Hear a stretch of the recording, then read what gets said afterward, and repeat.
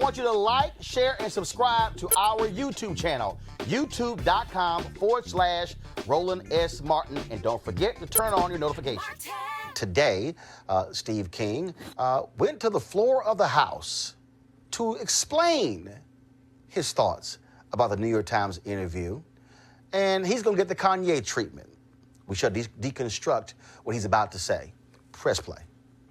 I come to the floor here at the United States House of Representatives with a specific purpose today, and that's to address an issue that's become a controversy.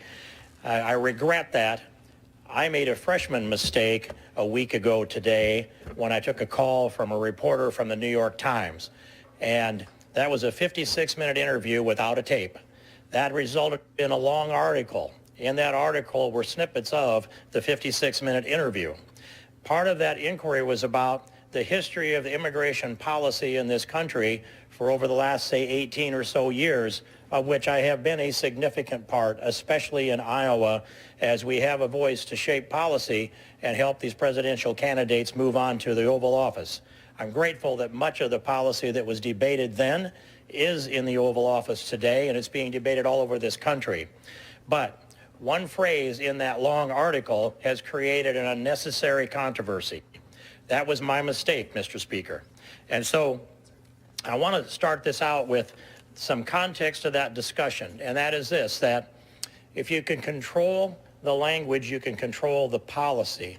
Labels have been hurled in this country at people like we have never seen in this history of America. I made a point on this in a September 12th tweet that I sent out as a component of this broader dialogue. And here is the tweet, verbatim, Mr. Speaker. The word Nazi is injected into leftist talking points because the worn-out, exhausted word racist is overused and applied to nearly everyone. Stop. That's the... So, Steve King, you talked about labels. You're right. How about these labels? Nigger. How about coon? How about lazy, inferior, not smart? I remember all of those labels, many of them used by founding fathers, the people who you love to celebrate, about people who look like me. Continue. Is overused and applied to nearly everyone.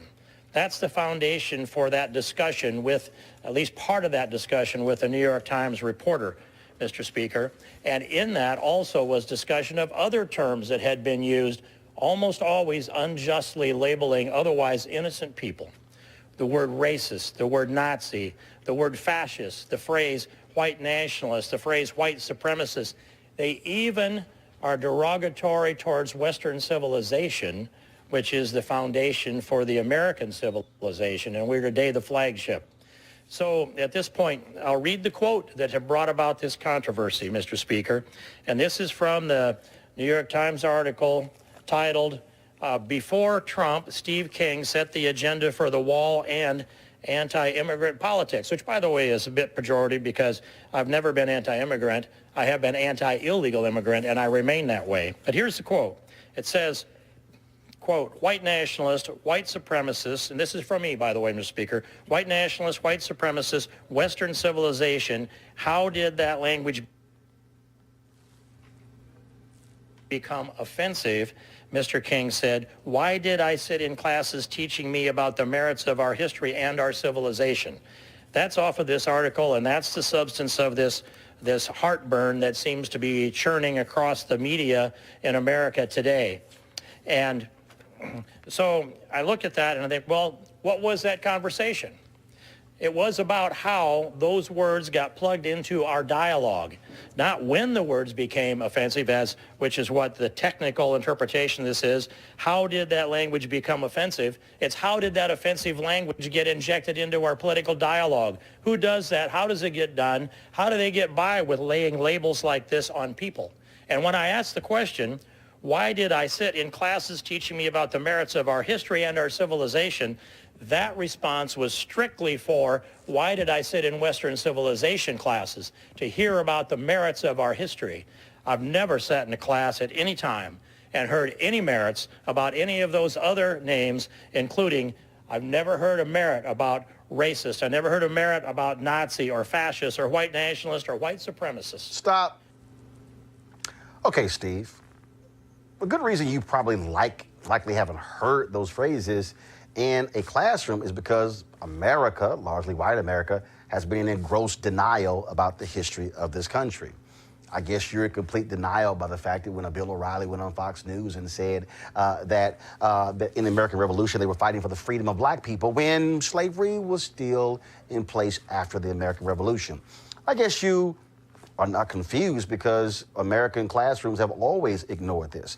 We have textbooks right now where they want to label slavery actually as indentured servants, which we know is simply not the case. We also know that there are classrooms today, especially in places like Tennessee and Texas, where they'll try to somehow soften the blow of bigotry by saying, no, it really wasn't that bad, slavery. It was just slightly inconvenient. See, Steve, the reason you haven't heard those things is because you went to school with his story as opposed to history. That's why you are a 69-year-old white man who was in denial about the true history of America. Continue. But Western civilization has merit, and I remain a defender. So, Mr. Speaker, I regret the heartburn that has poured forth upon this Congress and this country, and especially in my state and in my congressional district. But the people who know me know I wouldn't have to even make this statement because they do know me. They know my life. They know my history. They know that I have lived in the same place since 1978. There's nothing about my family or my history or my neighborhood or that would suggest that these false allegations could be supported by any activity whatsoever. Stop. I reject that idea. If we actually go back, how many black people live in Iowa? What's the percentage, Steve? How many Latinos live in Iowa? I remember a guy, Tim Madigan, who was a writer with the Fort Worth Star-Telegram, who I work with, who wrote the book on the burning about the Tulsa race riot that took place. And he said that for all those years, he never understood why black people in America were so upset when O.J. happened, when other major stories happened. But it wasn't until doing the research for the book, The Burning, when he began to read the stories of elderly black people who were kneeling in their homes praying, and you had angry white racists who stormed in, put guns to the back of their heads and blew their brains out. He said, for the first time as a white man who did not meet anybody black until he went to college, Steve, he grew up in Iowa. He said, now I understand why black people are often so angry and upset with American history. So, Steve, when you say, oh, I've lived in the same place since 1978, that doesn't actually help your cause. It actually helps ours because it explains your point of view and your viewpoint and where you grew up and your perspective. Continue. Reject that ideology. I defend American civilization, which is an essential component of Western civilization. Ain't that grand? So, folks, what you have here is an effort by Steve King to somehow continue to explain away exactly his comments, and hopefully this is going to save his behind. But as you heard earlier on the show, you have Congressman Tim Ryan, who's trying to get other Republicans to stand with him to censure Steve King. Joining us right now, Dr. Greg Carr, Chair, Department of Afro-American Studies, Howard University. We also have Joseph Williams, Senior Editor, U.S. News and World Report, as well as we also have Corey Whalen, who joins us right now. She's a writer and consultant. So to throw out to all three of you, anybody can jump in. And so he tries to go to the House to redefine the actual interview. But the issue we have here is we have a long record and a vast body of work of comments from Steve King that where it's not just this singular interview, the fact that he endorsed a white nationalist in Canada where he has no leverage whatsoever, where he is aligned with and endorsed white nationalists in Europe. Crocodile tears ain't gonna work, Steve. Yeah, I've worked on Capitol Hill, so I was just going to say where there's smoke, there's fire on this, and it's not as though we can really take... This is a raging inferno. Okay, yeah, that's actually more accurate. But the point is that we can't really take Representative King in good faith when he comes on the floor saying these things, because as you've pointed out, he has a history. This wasn't one misstep in an unrecorded interview, which, by the way, I'm sorry, I was a communications director on Capitol Hill. Who speaks for an hour to, the New York Times with no recording whatsoever? If this were true, he should be able to prove it, but I don't really believe him, honestly. Well, it's not. I mean, it's absolutely true because the one thing that he said on the floor, one thing he did not say on the floor was, I was misquoted, I was taken out of context. No, he absolutely was quoted and taken in context, which is part of his problem. Now, one of the things that occurred to me is that you mentioned that he was reelected 9 times from the state of Iowa, which has the nation's first primary. Everybody's rushing to get to Iowa. This is something that's always puzzled me, why the percentages of population in Iowa does not necessarily reflect the demographics of the nation, yet it's our first primary, and you have representatives like Steve King. He was one of many, though. I mean, you have Louis Gohmert has been really kind of out there being kind of offensive, and Steve King just kind of got caught and is trying to walk it back, but I don't think it's going to work this time. You know, Roland, it's interesting, and I don't think it's coincidental that the other stream media has begun to check up a little momentum in the wake of last night's show. I think what you did when you set him on fire last night, I think they said, well, we have to do something. The GOP has a Steve King problem, in part because their policies reflect this ideological thrust.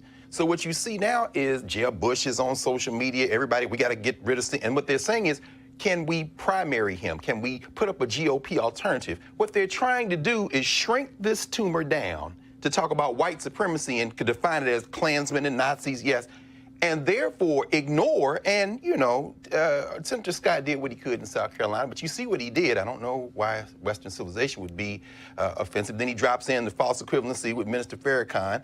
And in other words, can we just say, if you talk like a racist, if you go out there and are overt, we can somehow say that's what we mean and ignore the policy implications. When you have Trump on the border in your home state of Texas talking about there's a national emergency, what he's saying is the national emergency is anti-Western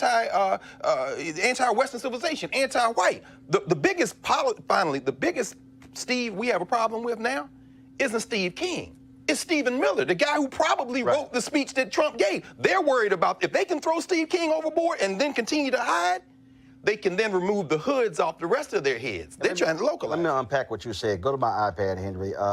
This is Jeb Bush. It's not enough to condemn Steve King's unconscionable racist remarks. Republican leaders must actively support a worthy primary opponent to defeat King because he won't have the decency to resign. This is what George P. Bush, his nephew, said. The racist comments of Congressman Steve King in Washington and party activist Ray Myers in Texas have no place in our country and no place in our party. The GOP must value all human beings at all stages of life. Let us be the party of Lincoln and Reagan, not of Steve King and Ray Myers. And what he's talking about is Ray Myers, who posted something, what they need is a rope and a tree.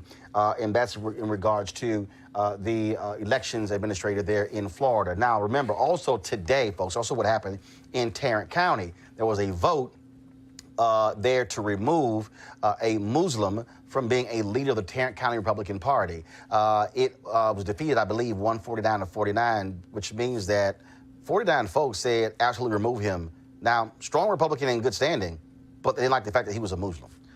That's the Republican Party. And what you have here is, now to Greg's point, we've showed you the National Review, their editorial, talking about primary. Okay, let me explain to all of you. He just got reelected.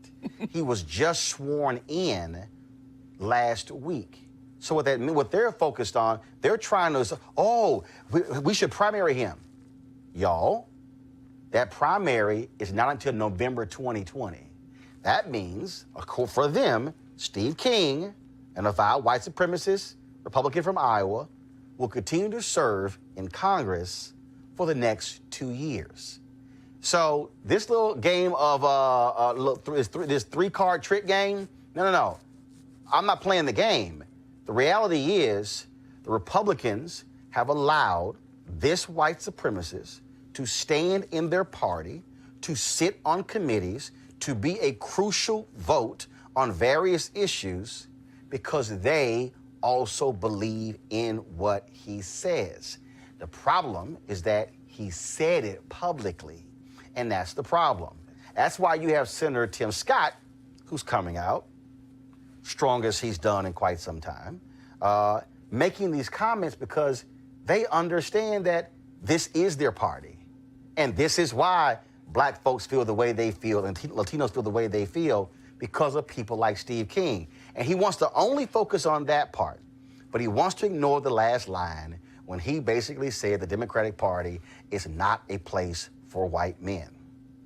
as if white men have had trouble in America for all of these years. Oh, well, but when he said it's no country for old men, that's a gesture to the movie. Remember, Tommy Lee Jones was the sheriff in the movie No Country for Old Men when the Latino guy, Xavier Bardem, whoever it was murdering everybody. So that was a very specific phrase. He said, I looked over the aisle and I said, it's no country for old men. That's a gesture to old white men. Precisely. Like Tommy Lee. That's exactly right. That's exactly what it is. All right. You want to support Roland Martin Unfiltered? Be sure to join our Bring the Funk fan club. Every dollar that you give to us supports our daily digital show. There's only one daily digital show out here that keeps it black and keep it real. As Roland Martin Unfiltered. Support the Roland Martin Unfiltered daily digital show by going to RolandMartinUnfiltered.com. Our goal is to get 20,000 of our fans contributing $50 each for the whole year. You can make this possible. RolandMartinUnfiltered.com.